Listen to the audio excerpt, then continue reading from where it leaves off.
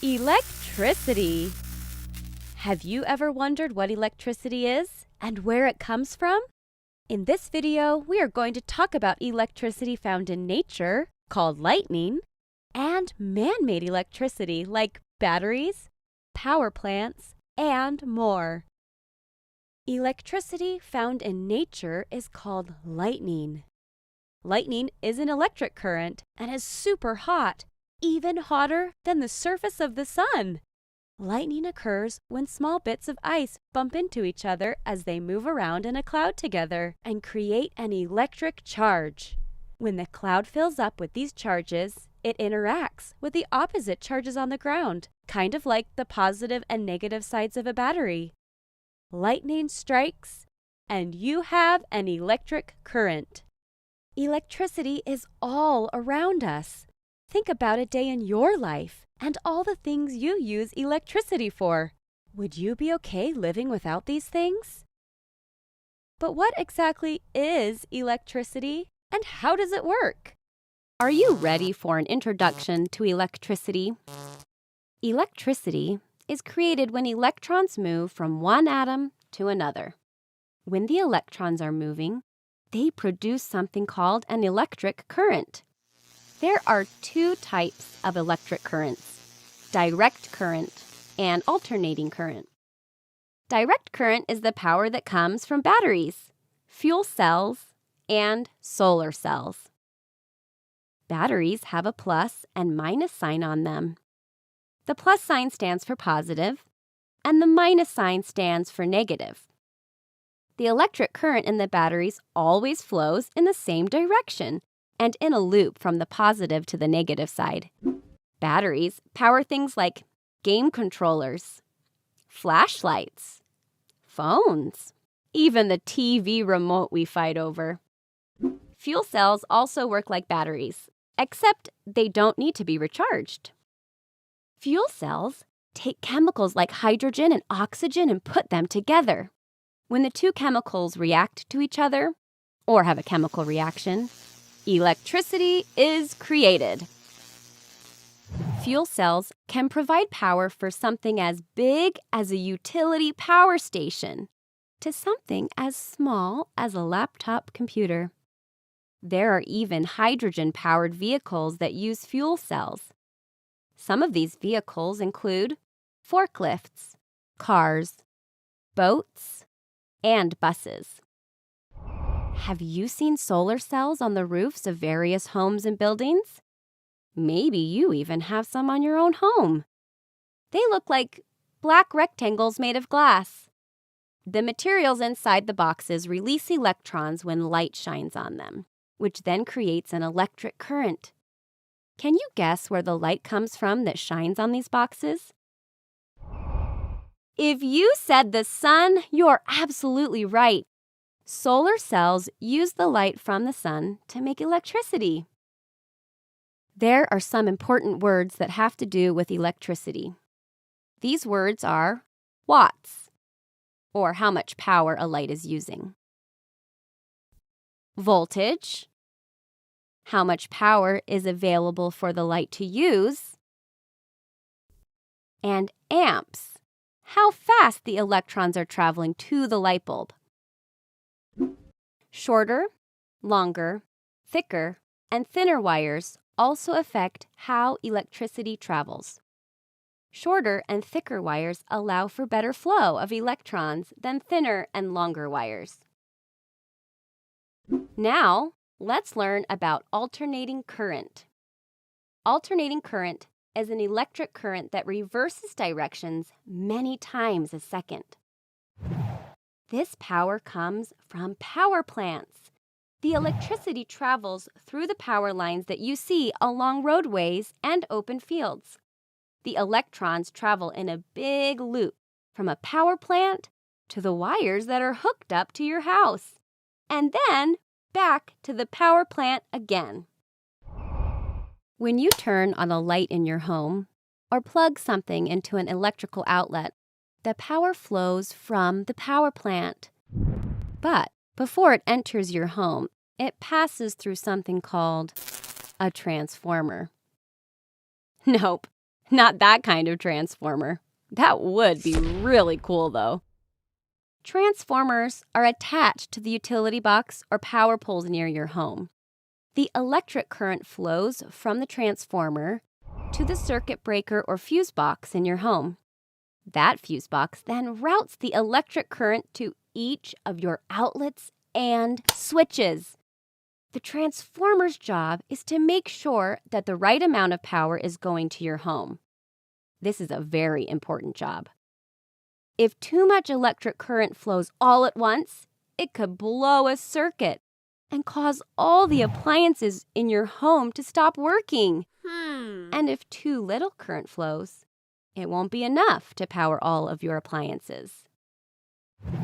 Power plants all over the country use different kinds of fuel to produce electricity. Thermal power plants use coal, biomass, petroleum, or natural gas to heat water into steam. That steam then powers a generator which produces electricity. Isn't that amazing that hot water can produce electricity? Nuclear power plants use fission, which means splitting atoms. Splitting the atoms creates energy, which produces heat, which also creates steam. Geothermal power plants use the heat located inside the earth to create the steam.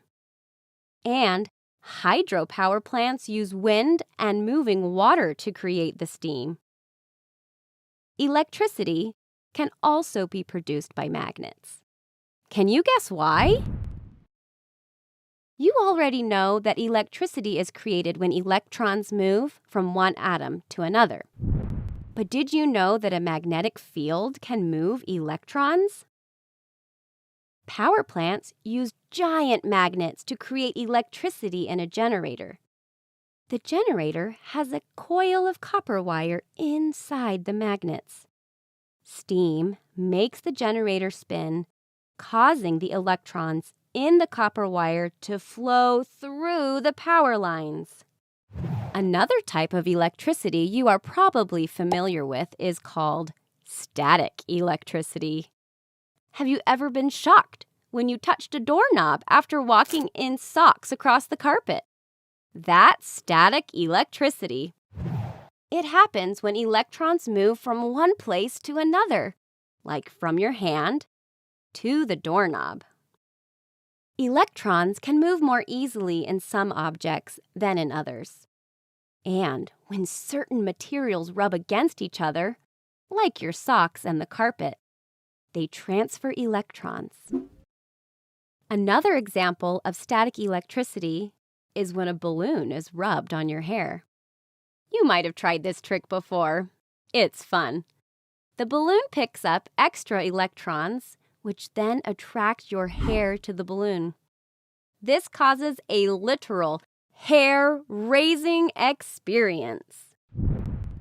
The name for any material or substance that allows electricity to flow through it is called a conductor.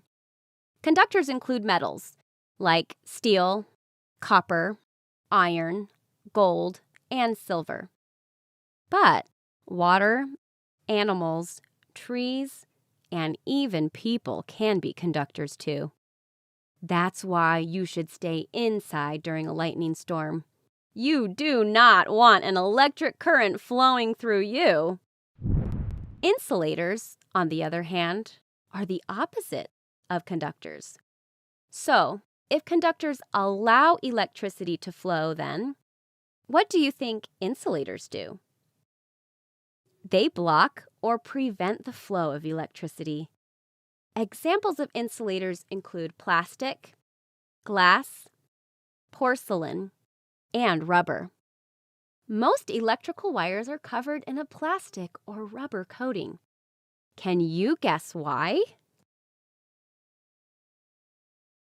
What do you think might happen if you touched a wire that wasn't wrapped in an insulator? If you said you could get shocked, you're absolutely right.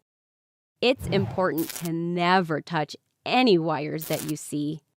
You never know if they are alive, which means that electric current is flowing through them. The plastic or rubber is used as insulators to prevent the electricity from traveling into other objects, like yourself. So, where did electricity come from? Electricity wasn't invented by anyone. It's a form of energy that occurs naturally. However, it is believed that the ancient Greeks first discovered static electricity in 600 BC. And in the 1930s, archaeologists discovered ancient batteries that may have been used at Roman sites. I wonder if those would power my controller. People have been doing experiments with electricity for years. You may have seen images of Benjamin Franklin, who was one of America's founding fathers, experimenting with electricity. A kite, a key, and a storm. Benjamin Franklin proved there was a connection between lightning and electricity. He was a pretty smart guy. There is much more to be learned about electricity. But what we do know is that without it, life would be much different for many people. Now that you know more about electricity, see if you can figure out these riddles. A group of birds are sitting on the power lines near your home, but none of them get shocked. Why? If you said it's because those wires are wrapped in an insulator, you're correct. Insulators like plastic and rubber prevent the flow of electricity. But even though they are wrapped, those wires still aren't safe to touch. If you ever see one down on the ground, don't touch it and get a grown-up. Ready for another riddle? I am incredibly hot, hotter even than the surface of the sun. I come from the sky, and when I connect with the ground, I make a big zap. I have electric current, but I am not used to power your electronics. What am I? Did you guess lightning? Well done! Remember, electric current in nature is called lightning, and the electric current in our homes is produced by power plants, solar panels, batteries, and more. Here's your last riddle. When you put our positive and negative sides together, we stick. But if you flip one of us over, we push each other away. We are used to generate electricity in power plants, but also stick pictures of you to your fridge. What are we? I bet you said magnets. Well done. Now that you are an expert about electricity, share some of these fun facts with your family and friends. Isn't electricity fascinating?